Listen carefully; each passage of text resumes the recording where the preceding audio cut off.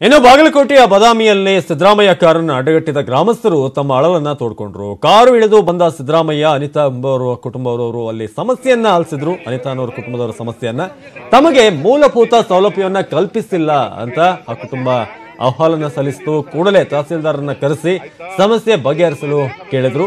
ಇದೇ ವೇಳೆ ಬ್ಯಾಂಕ್ನಿಂದ ಸಾಲ ವಾಪಸ್ ಮಾಡುವಂತೆ ಕಿರುಕುಳ ಕೊಡ್ತಿದ್ದಾರೆ ಅಂತ ಆ ಕುಟುಂಬ ಹೇಳ್ತು. ಇದಕ್ಕೆ ಗರಂ ಆದ ಸಿದ್ದರಾಮಯ್ಯ, ಅದು ಖಾಸಗಿ ಬ್ಯಾಂಕ್, ನಮ್ಮಡಿ ಬರೋದಿಲ್ಲ, ಬೇರೆ ಸಮಸ್ಯೆ ಇದ್ರೆ ಹೇಳಿ ಅಂತ ಗದರಿಸಿದ್ರು.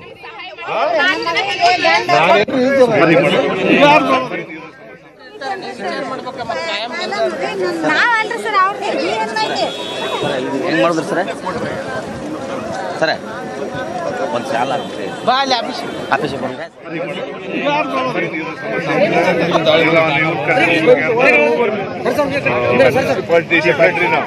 ಕರ್ಕೊಂಡು ಕುಡಿಯೋ ನೀರಿನ ಸಮಸ್ಯೆ ಇದ್ರೆ ಕೂಡಲೇ ಕುಡಿಯೋ ನೀರಿನ ಸಮಸ್ಯೆ ಬಗೆಹರಿಸ್ಕೊಡ್ಬೇಕು.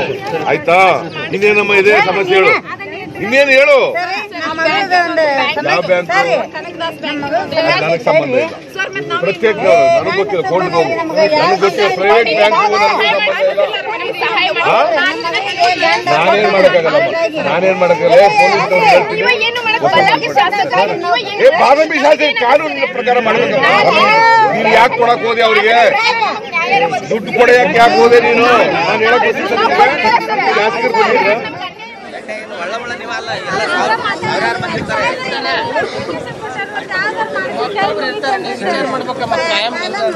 ನಾವಲ್ರಿ ಸರ್ ಅವ್ರಿಗೆ